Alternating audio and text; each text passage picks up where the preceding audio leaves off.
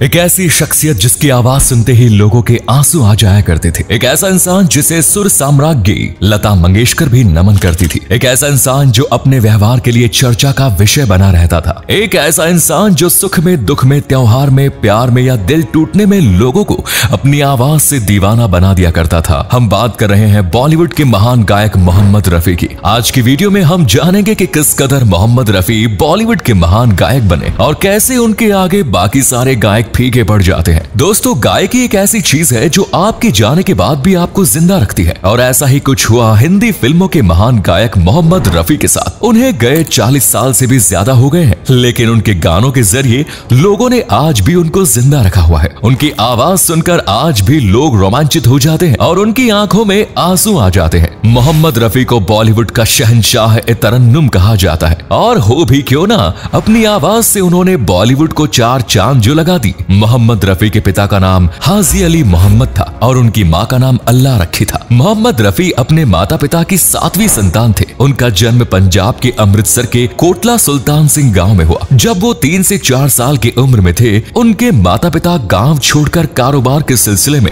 लाहौर जाकर बस गए। रफी साहब के अलावा उनके 5 बेटे और 2 बेटियां भी थे। अपने माता पिता के दूसरे बड़े बेटे मोहम्मद हामिद ने रफी साहब के हुनर को बचपन में ही पहचान लिया और अपने पिता की मर्जी ना होने के बाद भी उन्होंने मोहम्मद रफी को संगीत की शिक्षा दिलाई। लाहौर में जब एक प्रोग्राम चल रहा था जिसमें केएल सहगल साहब अपनी परफॉर्मेंस दे रहे थे, लेकिन बिजली जाने की वजह से वो गाना गाने में असमर्थ थे। ऐसे में मोहम्मद रफी के भाई हमीद ने ही आयोजकों से रिक्वेस्ट की कि जब तक बिजली नहीं आ जाती उनके छोटे भाई मोहम्मद रफी को गाना गाने दिया जाए। जब रफी साहब ने स्टेज पर जाकर गाना गाया तो सहगल साहब को उनकी आवाज बहुत पसंद आई और वहाँ मौजूद दूसरे लोगों को भी रफी साहब की आवाज बहुत पसंद आई। वहाँ पर मशहूर संगीतकार श्याम सुंदर भी मौजूद थे जिन्होंने रफी साहब के बारे में जानकारी प्राप्त की और फिल्मों में गाने देने के लिए मौका देने की बात कही। उनके भाई हमीद से कही और अपना कार्ड भी दिया, जिसके बाद उनके भाई हमीद ने अपनी नाई की दुकान बंद की और रफी साहब को लेकर फिल्मी दुनिया में कदम रखने के बारे में सोचा। सबसे पहले श्याम सुंदर जी ने ही रफी साहब को फिल्म गुल बलोच, जो कि एक पंजाबी फिल्म थी,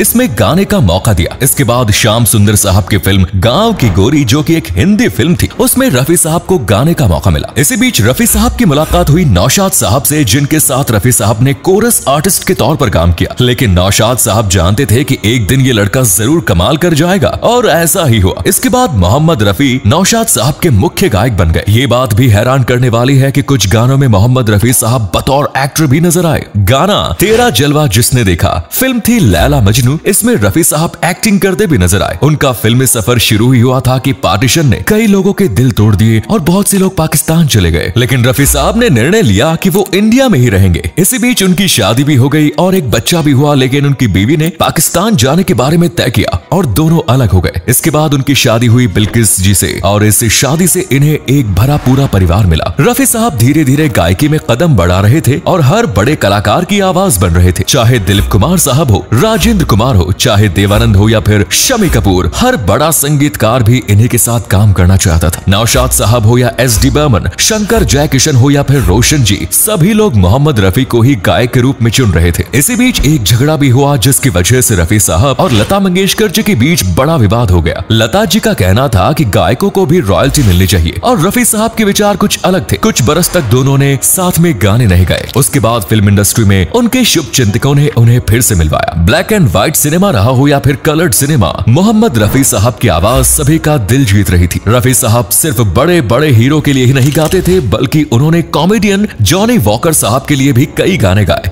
यूं तो रफी साहब में कोई बुरी आदत नहीं थी, ना तो वो सिगरेट पीते थे ना ही शराब, लेकिन उनकी कुछ आदतें ऐसी थी जिनके लिए वो मशहूर थे। जैसे कि पतंग उड़ाना रफी साहब को बहुत पसंद था और लजीज खाना खाने के रफी साहब दीवाने थे। लता मंगेशकर और रफी साहब का रिश्ता भी कुछ अलग ही था। लता दीदी मोहम्मद रफी को अपना बड़ा भाई माना करती थी और हर राखी पर मोहम्मद रफी को राखी बांधा करती थी। मोहम्मद रफी अक्सर भूल जाया करते थे कि राखी का दिन है। जब लता दीदी उनके पास आकर राखी लेकर आती थी तो उन्हें बताती कि भाई आज राखी है। तब मोहम्मद रफी को याद आता था कि हाँ, उन्हें लता दीदी से राखी बंधवानी है। लता मंगेशकर और मोहम्मद रफी ने कई गाने साथ में गाए और इन दोनों की आवाज लोगों को बहुत पसंद आया करती थी। कहा जाता है कि मोहम्मद रफी के द्वारा गाया हुआ गाना बाबुल की दुआएं लेती जा, जब वो रिकॉर्ड कर रहे थे तो मोहम्मद रफी साहब सच में रोने लगे, क्योंकि कुछ ही दिनों में उनकी बेटी की शादी थी और उसके पहले वो ये गाना रिकॉर्ड कर रहे थे, जिसके चलते उन्हें अपनी बेटी की विदाई के बारे में सोचकर रोना आ गया और ये गाना सुपर डुपर हिट हो गया। एक वो दौर भी आया जब मोहम्मद रफी के साथ दूसरे गायक भी अपना नाम बनाने लगे। किशोर कुमार, महेंद्र कुमार जैसे गायक भी इस समय बॉलीवुड में अपनी जगह बना रहे थे। एक बार जब किशोर कुमार साहब ने कहा कि जब मोहम्मद रफी साहब मुंबई में होते हैं तो लोग हमें भूल जाते हैं, और ये बात सच भी है। जब मोहम्मद रफी साहब गाना गाया करते थे तो दूसरे किसी भी गायक की याद दर्शकों को नहीं आती थी। रफी साहब अपने परिवार को भी पूरा समय देते थे और अपनी व्यस्तता भरी दिनचर्या में भी परिवार के लिए भरपूर समय निकालते थे। रिकॉर्डिंग पूरे होते ही रफी साहब सीधे घर पहुंच जाया करते थे और अपने परिवार को समय देते थे। कभी कभी बच्चे परेशान भी हो जाते थे, क्योंकि रफी साहब का व्यक्तित्व बड़ा ही शर्मीला था। रफी साहब बच्चों से कहा करते थे कि चलो तुम्हें मैं फिल्म दिखाने ले चलता हूँ, तो बच्चे न नुकर करते थे, जिसकी वजह पूछने पर पता चलता था कि रफी साहब कहते थे कि फिल्म शुरू होने के 15 मिनट बाद हम अंदर जाएंगे और खत्म होने के 15 मिनट पहले ही बाहर आ जाएंगे, ताकि कोई उन्हें पहचाने ना और किसी तरह की कोई गड़बड़ी ना हो। बच्चे कहते थे कि अब्बा के साथ हमने जितने भी फिल्में देखी उनकी शुरुआत और उनका अंत हमें मालूम ही नहीं। इस बात से पता चलता है कि रफी साहब जितनी बड़ी शख्सियत थे उतने ही नरम मिजाज इंसान भी। उन्हें नहीं पसंद था कि लोग उनके पीछे दौड़े या उन्हें पहचाने, जिसकी वजह से दूसरों को परेशानी हो। हैरान करने वाली बात यह है कि रफी साहब का जिस दिन इंतकाल हुआ उस दिन भी वो चाहते थे कि रिहर्सल कर सके। कोलकाता से एक ग्रुप आया हुआ था और रफी साहब चाहते थे कि उनका वक्त बर्बाद न हो। सभी ने कहा कि आप डॉक्टर को दिखा ले, आपकी तबीयत ठीक नहीं है। लेकिन रफी साहब को तबीयत से ज्यादा जरूरी काम लगता था। धीरे धीरे उनकी तबीयत बिगड़ती गई, उन्हें अस्पताल ले जाया गया, लेकिन किस्मत को कुछ और ही मंजूर था। 31 जुलाई सन 1980 को रफी साहब इस दुनिया को छोड़कर चले गए। उस दिन आसमान भी खूब रोया, जमकर बरसात भी हुई और यकीन करना नामुमकिन था कि रफी साहब अब इस दुनिया में नहीं है। महान गायक मोहम्मद रफी साहब इस दुनिया को छोड़कर तो चले गए, लेकिन उनकी आवाज हमेशा के लिए लोगों के दिलों में गूंजती रहेगी। उनके द्वारा गाए गए गाने हमेशा लोगों को याद रहेंगे। इसके द्वारा रफी साहब हमेशा हमारे दिलों में जिंदा रहेंगे।